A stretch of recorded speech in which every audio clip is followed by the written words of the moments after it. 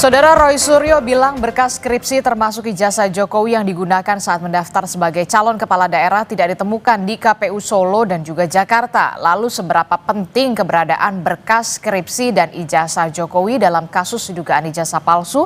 Apakah benar data salinannya pun juga tidak ditemukan?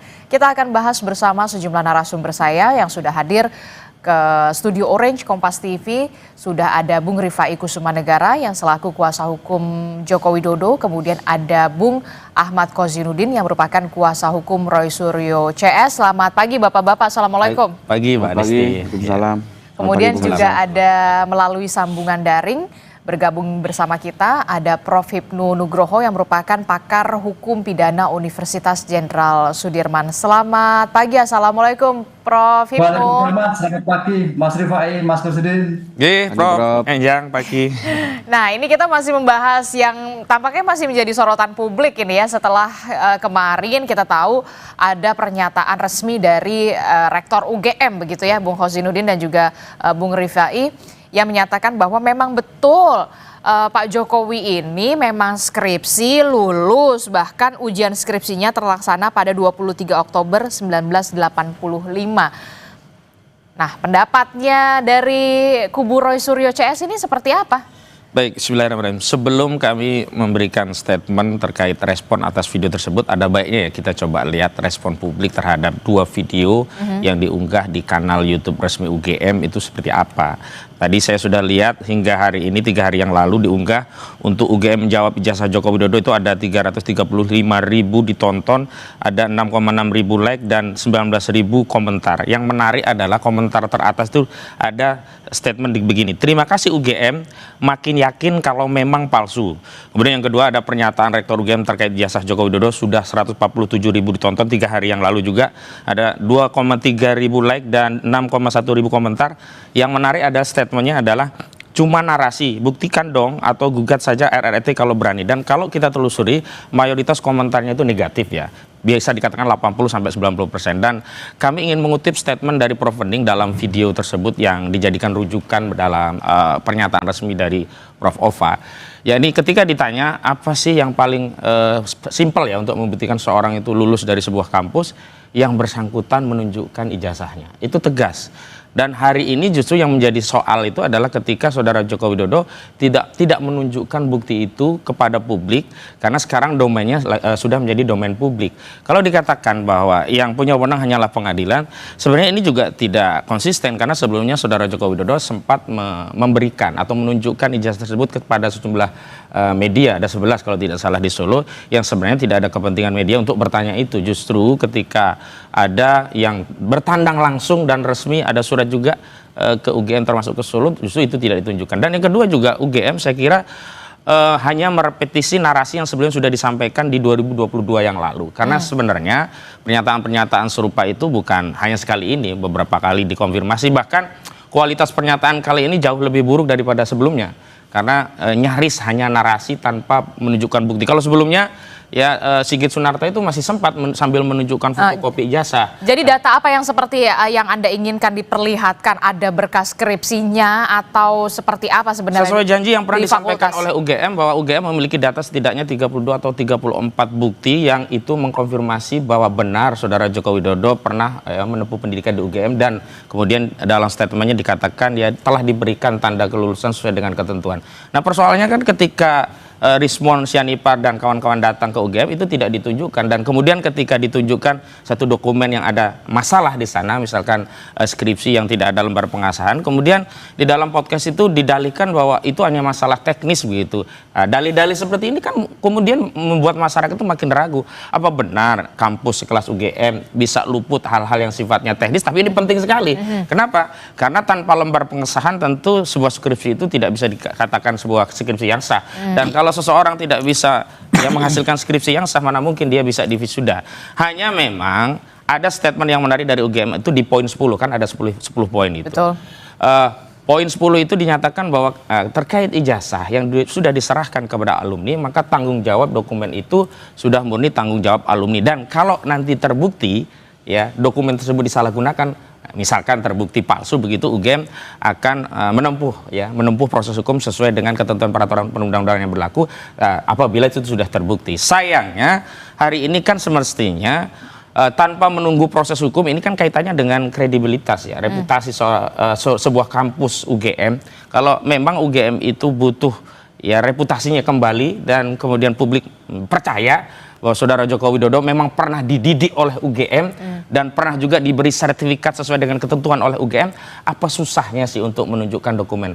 Jadi saya lihat UGM mengadopsi cara yang sama untuk bertahan sebagaimana diadopsi oleh kubu Jokowi, yakni tidak menunjukkan bukti-bukti yang itu akan mengkonfirmasi dan melegakan ya ruang publik bahwa benar Saudara Joko Widodo pernah lulus di UGM. Jadi harapan kubu Roy Suryo CS ini ketika Rektor UGM menyampaikan dan tambahannya menariknya, kenapa ini disampaikan setelah dokumen-dokumen itu dikatakan oleh UGM disita oleh polisi, dan itu kan bisa menjadi dalih lagi bagi UGM lah, hari ini kami tidak mungkin bisa menunjukkan karena itu sudah disita oleh polisi. Dan hal seperti ini sebenarnya kan hanyalah repetisi narasi dan kemudian repetisi apologi dari satu kampus yang harusnya tidak demikian, dan ini tidak lepas dari latar beberapa hari sebelumnya itu klien kami, yakni RRT istilahnya, Roy ya, kemudian Rismond dan Tiva itu menerbitkan buku Jokowi's White Paper, dan di dalamnya justru memuat berbagai data-data yang kemudian menguatkan kesimpulan bahwa ijazah ini bermasalah. Oke, Bung Fai, bagaimana respon Anda, tanggapan Anda terkait dengan komentar dari Bung Kozinudin? Ya, jadi sebenarnya kan soal ijazah sendiri pernah ditunjukkan ya oleh Pak Jokowi. Baik kepada para wartawan, waktu di Polda juga pertama kali membuat LP ditunjukkan tapi dibawa lagi, lalu kemarin disita, waktu di Barreskrim juga pernah diambil untuk lapor. Jadi sudah berkali-kali juga ditunjukkan, bahkan waktu di Barreskrim kan ada juga fotonya itu pada saat Adi Ipar menyerahkannya. Jadi barang itu tentunya ada, dan selama ini pun juga, ini kan kalau tadi kan mengomentari komentar dari Ibu Rektor bahwa setelah ijazah diberikan bukan tanggung jawab kami. Betul, ya memang tanggung jawab pemegang, dan hampir setiap pilkada berkali-kali itu ijazahnya juga dilegalisir. Artinya waktu melegalisir, salah satu kewajiban legalisir adalah kan ijazah asli dibawa. Ya, itu pun jelas. Jadi sejak pilkada Solo di 2005, 2010 ditunjukkan dapat legalisir, masuk yang Jakarta. Jadi ya memang selama ini ada, cuma memang tidak kita tunjukkan karena kembali lagi kita belajar dari presiden waktu UGM pertama kali melaunching dengan mengeluarkan fotokopi dengan niat baik ingin mengklarifikasi keberadaan sertifikat ijazah ya.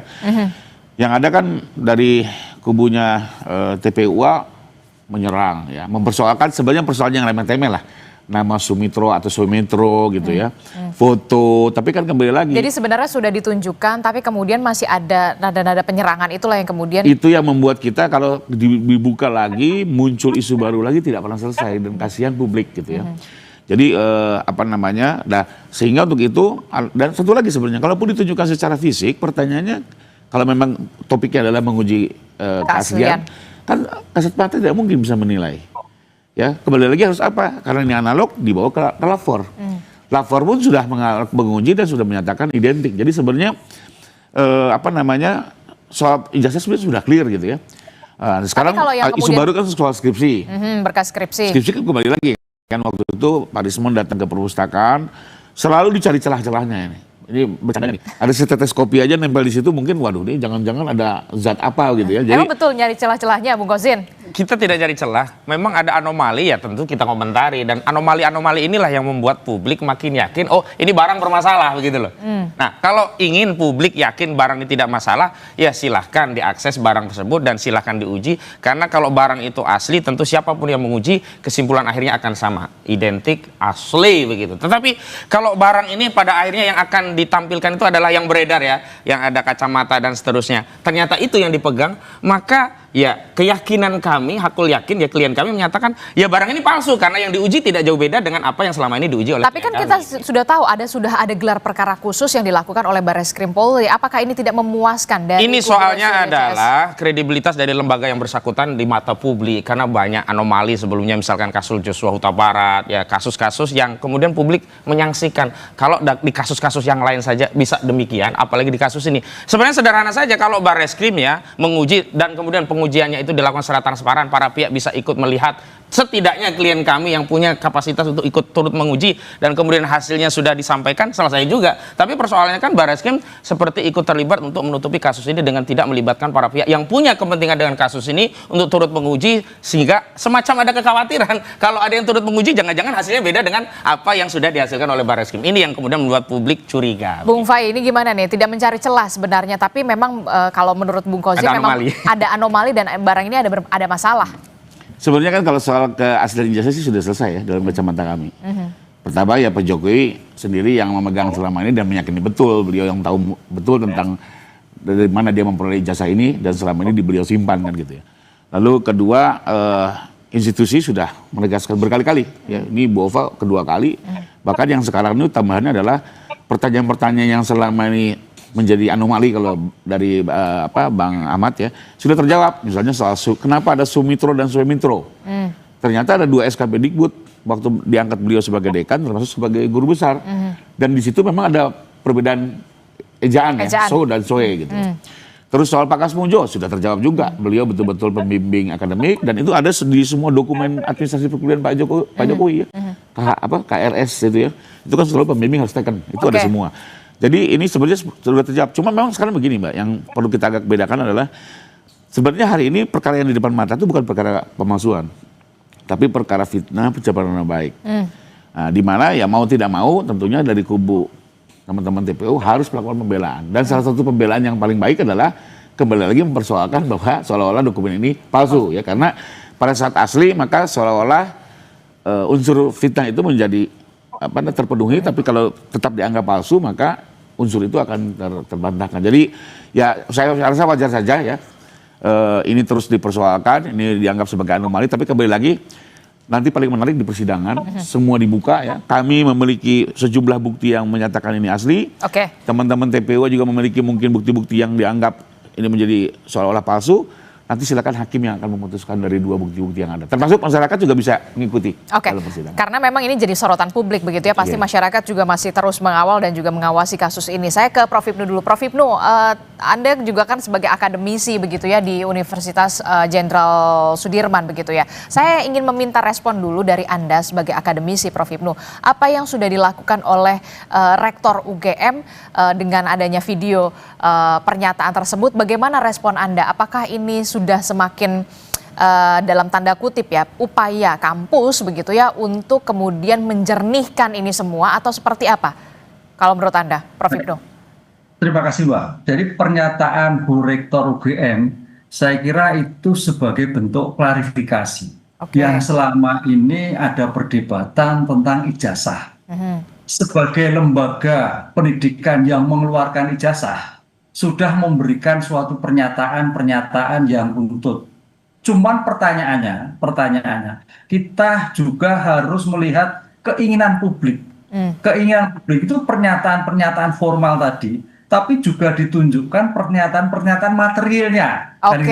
Ada suatu skema, ada suatu alur, ini tampaknya yang belum dijelaskan. Sehingga alur pikir itu menjadikan suatu kebenaran materialnya, walaupun formal. Tapi ibarat step by step yang dilakukan oleh Bang Kosinudin itu jelas. Oh ini tidak hanya aslinya di mana, perolehnya di mana, sidangnya di mana, skripnya berapa. Itu tampaknya kalau kita suatu penelitian itu roadmap Pak Jokowi dari masuk sampai akhir itu perlu dibuat satu alur kan itu loh. Nah alur itu yang tampaknya sampai kemarin sampai saat ini belum pernah terjadi, sehingga asas sebagai bentuk keterbukaan Mas Kosinudin juga masih ramai terus.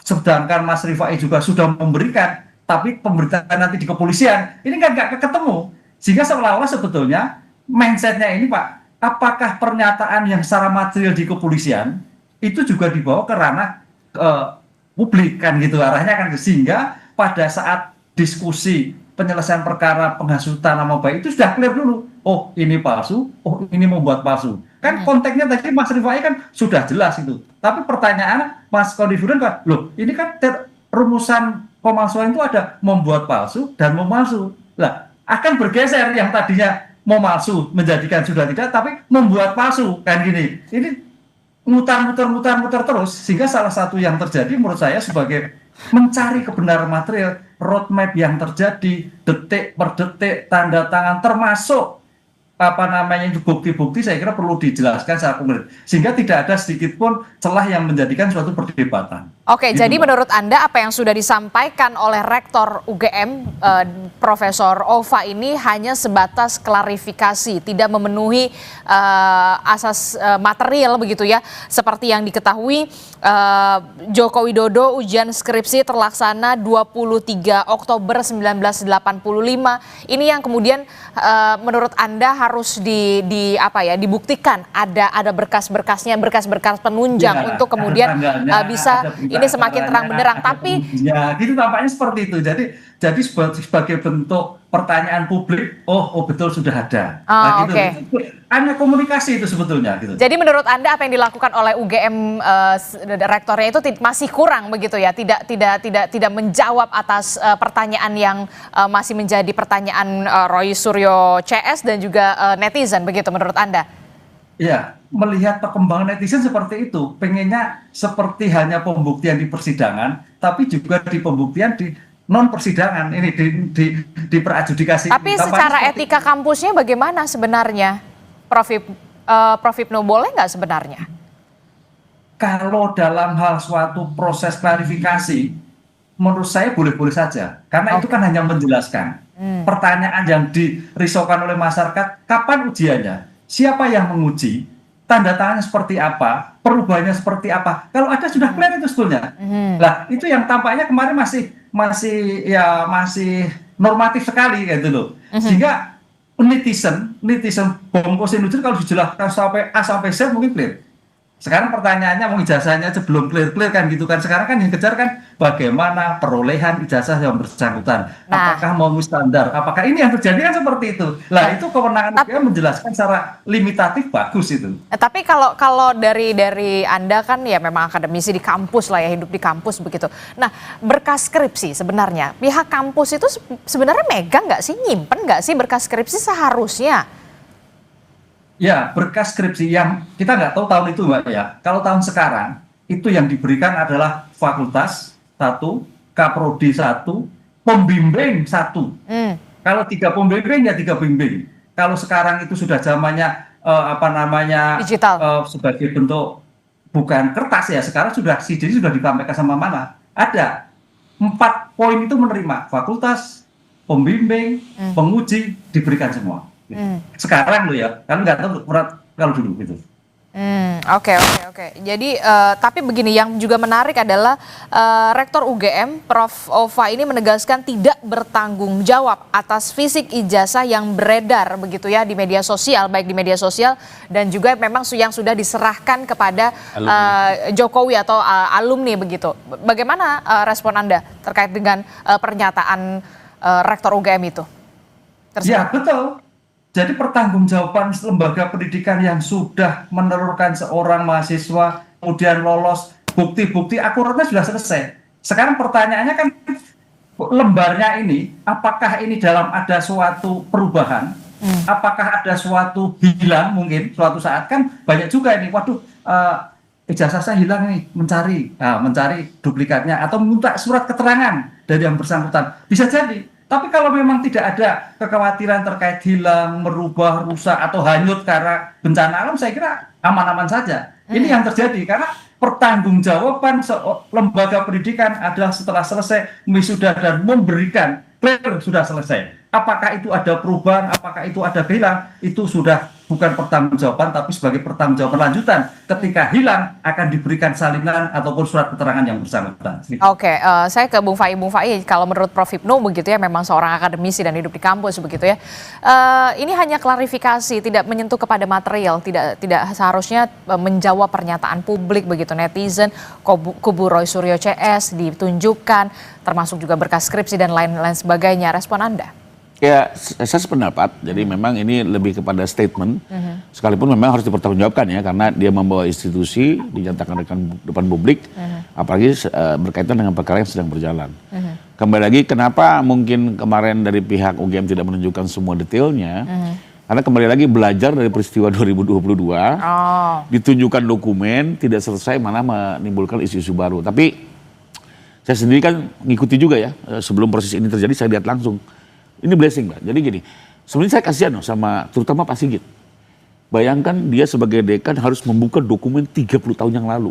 1985. Saat Pak Jokowi kuliah tuh beliau masih SD kalau nggak salah gitu. Beda 10 tahun. Terpaksa dia harus membuka kayak arkeolog, dibuka administrasinya.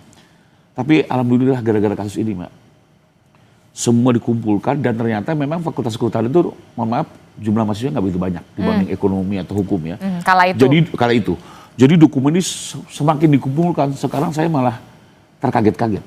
Segala bukti transfernya ada, semua dokumennya kecil-kecil.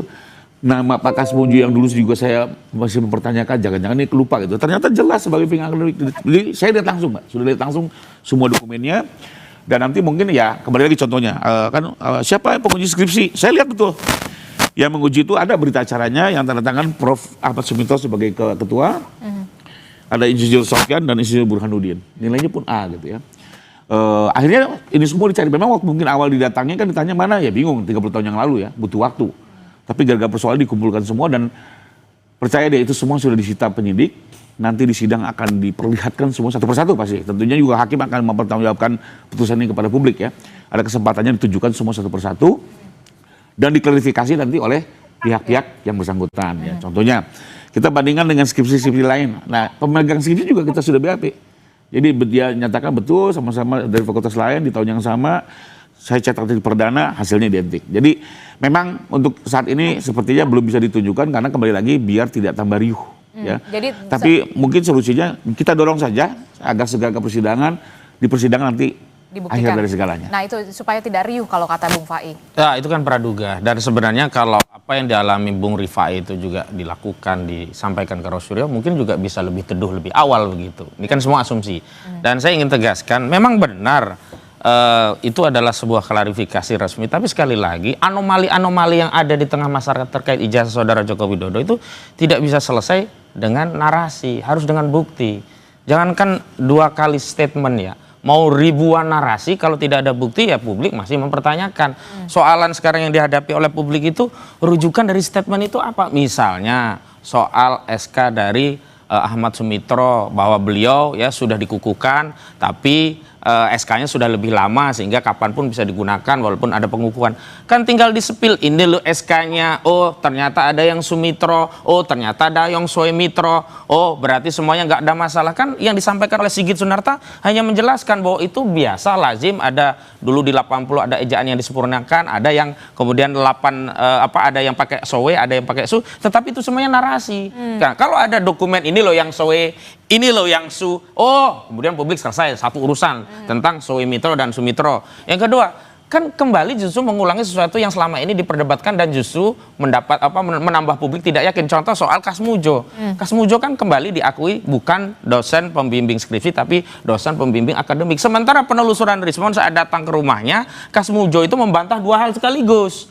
Pertama, dia bukan dosen pembimbing skripsi. Kedua juga bukan dosen pembimbing akademik. Kemudian baru lari, oh ternyata dosen pembimbing skripsinya Ahmad Sumitro. Lah kita nggak bisa telusuri karena yang disebut itu sudah meninggal. Dan semua statement dari orang-orang UGM ini kan juga bukan orang yang mengalami, melihat, mendengar sendiri. Karena bukan periode saat Jokowi kuliah mereka belum menjabat di situ. Akhirnya apa? Kita itu hanya dihadirkan testimoni de audito dalam konteks hukumnya. Sayangnya ini bukan dalam proses pro justisia. Kalau dalam proses pro justisia semua pernyataan ini tidak bernilai. Karena bukan yang mengalami langsung. Oke, jadi kalau menurut kubu Rosuryo CS tidak perlu narasi tapi kemudian bukti. Ya. Lalu bagaimana proses hukum selanjutnya nanti kita akan lihat. Usai jeda kami masih akan lanjutkan lagi. Jadi tetaplah bersama kami di Sapa Indonesia Pagi. Kami akan segera kembali.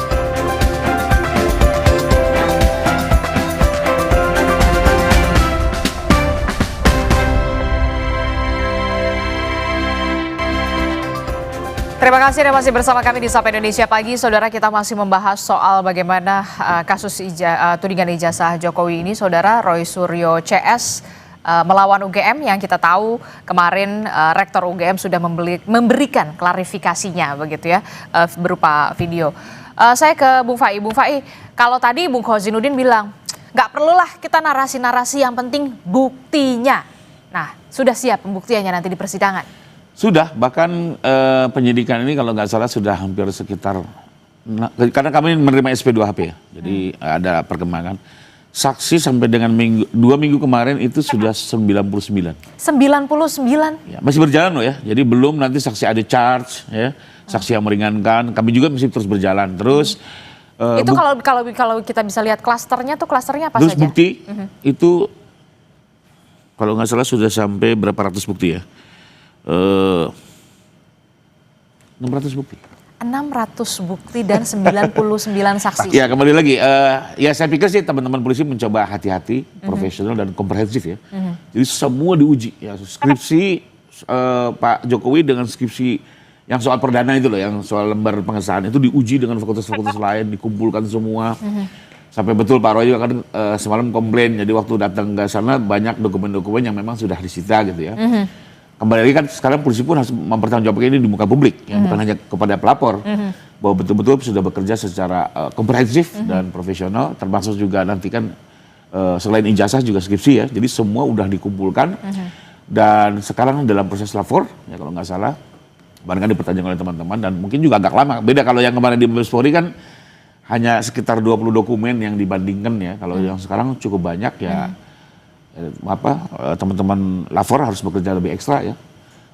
Tapi kembali lagi ini semua nanti kan akan ada hasilnya dan akan ditujukan ke publik. Termasuk satu persatu dokumen loh. Saya sendiri satisfied ya melihat sampai dikumpulkan masih ada bukti bayar 35 tahun yang lalu ya, lalu KHS-nya, KRS-nya gitu ya. Itu ada semua gitu ya. Sampai SK Mendikbud pengangkatannya Pak Sumitro waktu menjadi dekan itu kan berapa puluh tahun lalu tuh.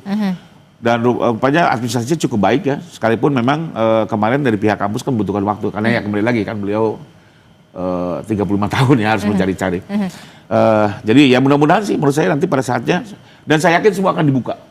Satu Secara persatu dokumen terang-benderang akan dibahas dan mungkin juga akan di-challenge oleh teman-teman. Nah itu gimana Bung Khozin? Ada 99 saksi dan 600 bukti. Baru sekarang loh ya, masih terus berkembang. 600 bukti yang memang nanti bisa bertambah lagi. Iya, persoalannya kan bukan banyaknya bukti atau banyaknya saksi, tapi relevansi pembuktian dengan masalah yang dipersoalkan. Atau kesaksian itu relevankah atau tidak dengan pembuktian yang sedang dipersoalkan. Misalnya kami punya presiden di Surakarta saat menangani kasus Bambang Tri. Banyak saksi-saksi itu yang sebenarnya tidak memenuhi kualifikasi. Kenapa? Misalkan kepala sekolah, dia hanya memberikan keterangan terkait dokumen. Dan dokumen itu juga ketika dikejar, siapa yang bertanggung jawab juga tidak diketahui. Dan kemudian ada sejumlah dokumen yang bertentangan, mereka pun tidak bisa menjelaskan. Memang problemnya ini adalah ini peristiwa lampau sehingga saksi-saksi yang langsung melihat, mendengar, dan mengalami sendiri itu tidak ada. Akhirnya saksi itu adalah wakil dari otoritas dari lembaga yang menerbitkan dokumen. Dalam ini kalau di UGM mungkin ya dekan-dekan hari ini, dosen-dosen hari ini, rektor hari ini, tidak mungkin. Atau mungkin sebagian ada kayak Pak Kasmujo, itu kan masih saksi sejarah. Tapi kalau Pak Ahmad Sumitro kan juga sudah tiada. Artinya memang ada beberapa yang kualifikasinya itu testimoni de audito. Dan itu mungkin ya diperbanyak dengan harapan kalau banyak yang testimoni de audito ini bisa memberikan keyakinan. Bagi kami ya nggak bisa, sepanjang dia tidak melihat, mendengar, dan mengalami sendiri, itu juga tidak punya relevansi untuk memberikan keterangan saksi. Yang kedua, nah masalahnya itu kan ijazah. Kami pernah tanya, saudara-saudara ini meyakini ijazah saudara Jokowi asli. Pernah lihat nggak? Nah saat itu mereka hanya menggunakan logika bahwa kami nggak mungkin, nggak yakin. Kenapa? Ini kan sudah jadi presiden. Kalau nggak kan nggak mungkin bisa calon jadi presiden kan ijazahnya. Makanya juga sempat gitu. disinggung juga sama Bung Roy Suryo soal KPU Surakarta, ya. KPU Jakarta. Dan itu yang menyebabkan UGM tidak bisa lepas tanggung jawab terhadap ijazah yang dimiliki Jokowi. Kalau alumni secara umum bisa dikatakan itu tanggung jawab pemegangnya. Tapi khusus Jokowi, karena ijazah ini pernah digunakan untuk menduduki jabatan publik dan dalam prosesnya sesuai ketentuan 169 Undang-Undang Nomor 7 Tahun 2017 tentang Pemilu, syaratnya minimum SMA dan sederajat, dan situ ada bukti-bukti dokumen dari ijazah harus diverifikasi, dan otoritas penyelenggara pemilu dalam hal ini KPU pasti akan menanyakan kepada lembaga pendidikan tinggi yang menerbitkan. Berarti UGM ikut terlibat untuk melakukan verifikasi terhadap syarat-syarat pilpres, sehingga tidak benar juga kalau UGM kemudian buang badan, oh kalau sudah punya alumni sudah tanggung jawab pribadi. Sepanjang dokumen itu tidak pernah digunakan untuk jabatan publik dan sepanjang tidak ada verifikasi lanjutan dari lembaga penerbit, memang UGM bisa mengatakan itu. Dalam kasus Jokowi nggak bisa. Dia pilpres pasti ke UGM, dia pilkada wali kota ke UGM, pilkada gubernur DKI ke UGM. Siapa yang kemudian memberikan pensahihan, legalisasi terhadap dokumen itu? Kan UGM. Begitu. Bagaimana Bung Fai? Ya memang saya sependapat, jadi ya, intinya tidak bisa langsung melepas begitu, karena bagaimanapun salah satu verifikasi kami kan adalah selalu terjadi proses legislasi di setiap tahapan pemilu. Legalisasi ini prosesnya Mbak, di semua kampus Indonesia pasti harus tunjukkan ijazah asli, dicek, baru dicap. Nah, artinya setiap 5 tahun sekali, hampir setiap 5 tahun sekali selalu ada proses verifikasi itu. Jadi pertanyaannya kenapa delegalisasi? Kalau Anda tidak yakin kan begitu. Tentunya kami yakin ini asli ya, makanya dilegalisasi. Jadi terkait soal legalisasi juga tetap harus dijawab oleh pihak UGM. Sekalipun kembali lagi kalau kami sih sangat yakin karena selama ini Pak Jokowi yang memegang langsung ijazah itu tidak pernah kemana-mana. Dilegalisasi berulang-ulang dan hasil lapor kemarin sebenarnya sudah membuat kami ya PH pun harus diyakinkan loh ya karena kami juga bukan saksi yang melihat langsung. Hasil lapor kemarin juga membuat kami yakin bahwa oh ini clear. Ditambah lagi nanti dengan penambahan baru ini ya lapor yang kedua. Tapi kemudian Bung Hussein juga mempertanyakan, nggak perlulah banyak-banyak kuantitasnya ada 99, 600 bukti, tapi secara relevansinya, secara saya kira kualitas. sekarang ini tidak sedang membuktikan peristiwa, tapi membangun narasi untuk meyakinkan peristiwa. Sudah bergeser, seolah-olah dengan banyaknya saksi, banyak dokumen itu mengkonfirmasi bahwa oh Jokowi itu memang asli dan adalah alumni UGM. Tapi persoalan lanjutannya adalah, ini kan sekarang UGM mencoba mempertahankan statement sebelumnya, yakni itu alumni UGM, pada saat yang sama berusaha buang badan untuk tidak bertanggung jawab. Padahal kalau ijazah ini terbukti palsu, 55 ayat 1 ke 1 KUHP, UGM terlibat. Nggak bisa itu buang badan. Saya berikan kesempatan juga kepada Prof. Hipnu. Saya bertanya Prof. Hipnu, ini bagaimana mekanismenya nanti akan seperti apa pembuktian di persidangan kalau ini masuk sampai ke tahapan persidangan. Tadi juga disebutkan oleh Bung Fai, ada 99 saksi bisa saja bertambah, ada 600 bukti bisa saja bertambah. Nanti akan seperti apa mekanismenya? Kalau saya membayangkan ya, kalau ini sampai ke persidangan begitu ya, ini akan menjadi persidangan pertama soal kasus ijazah seorang presiden. Dan heboh. Dan heboh pasti. Ya, heboh. Silakan. Ya, ini Mbak, ya pasti masuk persidangan karena sudah diperiksa semua kan, gitu kan. Pengadu sudah diperiksa, teradu sudah terperiksa dan sebagainya. Dan yang paling menarik nanti, menurut pikiran saya, Bang Kosinudin, Bung Roy itu akan menanyakan dulu konsep keaslian tadi. Walaupun memang bahwa terhadap dakwaannya mungkin terhadap kaitannya dengan fitnah, berita bohong dan sebagainya. Tapi yang dikejar ke sana. Itu yang pertama. Yang kedua, dalam pembuktian itu memang jantungnya suatu sistem peradilan pidana. Oleh karena itu dalam pembuktian ini agak menarik, karena tadi Bang Kosin, Bang Rudi menyatakan, kita harus berpikir 35 tahun yang lalu. 35 tahun lalu dokumennya seperti apa, keterangan saksinya seperti apa. Apalagi kalau memang mengendalikan saksi temannya Pak Jokowi sudah pensiun semua. Tanda petik mungkin pengurangan, sudah berkurang pemikirannya, mungkin sudah lupa, dan sebagainya. Ini yang terjadi. Oleh karena itu, kalau itu yang terjadi, untung ada putusan MK, Bang Rifai Makhludir, bahwa suatu keterangan saksi itu tidak harus sendiri. Jadi konsep testimonio de audito itu ada suatu celah lagi. Nah, itu yang diajukan Bang Yusri kan masalah. Putusan MK, atau dipakai itu monggo terserah. Terhadap keterangan saksi itu harus melihat sendiri. Oleh karena itu nanti hakim, penasihat hukum, kuncinya adalah membuat suatu relevansi antara bukti, antara saksi. Relevansi antara saksi dengan saksi. Relevansi antara bukti dan bukti. Itu yang agak sulit nanti untuk merekomendasikan bahwa ini bernilai atau tidak bernilai. Nah, karena dalam suatu sistem penguapan perkara itu semakin lama diperiksa, semakin sulit. Oleh karena itu dalam ilmu hukum pengungkapan peristiwa, kecepatan penyelesaian perkara adalah semakin baik. Nah, ini tidak. Ini berpikir 35 tahun yang lalu. Mudah-mudahan saksi-saksinya masih cerdas, masih ingat semua. Kalau tidak, besok jadi ramai Bang Rifai. Yang lupa, yang harus sabar-sabar melihat seperti ini. Kan sudah lama semua. Karena sudah lama sekali. Tidak. Dan itu menjadi tantangan tersendiri pastinya ya dari saat pembuktian ya. Prof. Hipnu ya. Nah itu gimana Bung Fai? Tadi dikatakan ini menjadi tantangan tersendiri dalam pembuktian persidangan. Saksi-saksi yang dihadirkan ya mohon maaf ini sudah lanjut usia semua. Ada yang lupa, bahkan ada yang wah pasti nggak inget lah udah 1985. Betul, jadi memang itu salah satu tantangan kalau kita merekonstruksi sebuah peristiwa 35 tahun yang lalu ya. Jadi lebih banyak tentunya kan dokumen-dokumen lambau ya, kalaupun saksi-saksi ini kan mayoritas ya mungkin paling sepuh Pak Kasmujo gitu ya, dan beberapa teman-teman lain. Tapi kembali lagi saya percaya hakim di Indonesia sudah terlatih memeriksa perkara-perkara seperti ini, dan di dalam sistem pidana kan ada model pembuktian yang saling bersesuaian. Jadi adanya kesesuaian antara yang tadi sudah diulas antara saksi, keterangan saksi, bukti ya, lalu juga misalnya ahli yang sudah melakukan lapor itu nanti akan dilihat mana yang sesuai, yang saling menguatkan, maka fakta-fakta itu yang dianggap berdiri menjadi fondasi tadi pada saat memutus. Makanya kembali lagi mungkin penyidik sendiri mencoba karena sudah tahu lampau, maka dia coba menghadirkan hampir seluruh buktinya, tidak lain untuk nanti membantu bisa dikonstruksi sebenarnya apa sih yang terjadi saat itu gitu ya.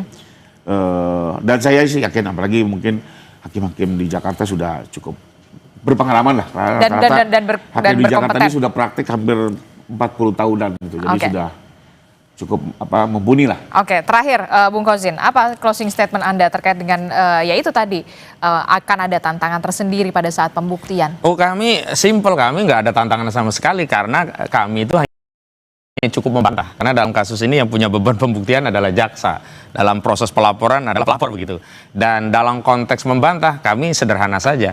Kalau ternyata ini kan nggak perlu ratusan dokumen, nggak perlu 90 orang saksi dan seterusnya. Kami hanya akan melihat ijazahnya itu apakah yang selama ini diteliti oleh Roy Suryo. Kalau ternyata yang ditunjukkan itu adalah itu, ya sudah palsu, selesai bagi kami, begitu saja, begitu loh. Jadi yang lain-lainnya itu tidak relevan lagi dibahas bagi kami. Karena statement mereka itu kenapa mengatakan itu palsu, dasarnya adalah ijazah yang beredar, kemudian diteliti, yang dulu itu pernah juga dipakai di KPU, yang sudah diupload, yang belakangan ya dibantah tidak pernah menggunakan, padahal ijazah itu pernah digunakan untuk Pilpres, sudah diupload di KPU dan itu bisa diakses publik saat itu walaupun sekarang nggak bisa. Nah, ini belakangan dibantah bahwa itu bukan yang beredar berasal dari saudara Jokowi. Kuncinya satu, kalau nanti ternyata dokumen ijazah itu adalah yang selama ini diteliti, sudah palsu begitu. Oke, baik, terakhir kita ke Prof. Hipnu. Prof. Hipnu, kalau menurut Anda dari kacamata Anda, Prof. Hipnu, butuh berapa lama, berapa bulan untuk kemudian bisa menyelesaikan persidangan ini yang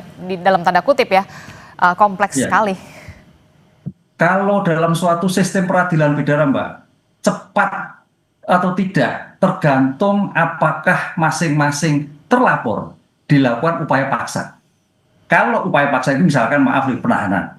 Kalau suatu perkara tidak dilakukan upaya paksa, waktu terbatas. Oh, ini bisa-bisa nanti waduh lagi masuk angin, waduh lagi giginya sakit, mundur-mundur terus nanti. Ini yang terjadi. Oleh karena itu saya kira ini nggak bisa cepat, ini lama. Itu kunci suatu peradilan itu apabila ada upaya paksa. Sepanjang tidak ada upaya paksa, ya semuanya melihat suatu keadaan. Karena peradilan kita itu meletakkan sebagai asas subjek yang sama, asas akusatur. Sehingga kalau nanti kliennya Bang Rifai itu, ternyata saksinya sakit gigi, ya tunggu dulu, mundur lagi kan gitu loh. Karena ini udah usia semua gitu. Oke, pasti. Oke, nanti kita akan lihat bagaimana proses ini akan terus bergulir. Terima kasih Prof. Hipnu telah bergabung bersama kami memberikan pengetahuannya. Kemudian ada Bung Hosinuddin, kemudian juga ada Bung Faid. Terima kasih Bapak-bapak, sehat selalu.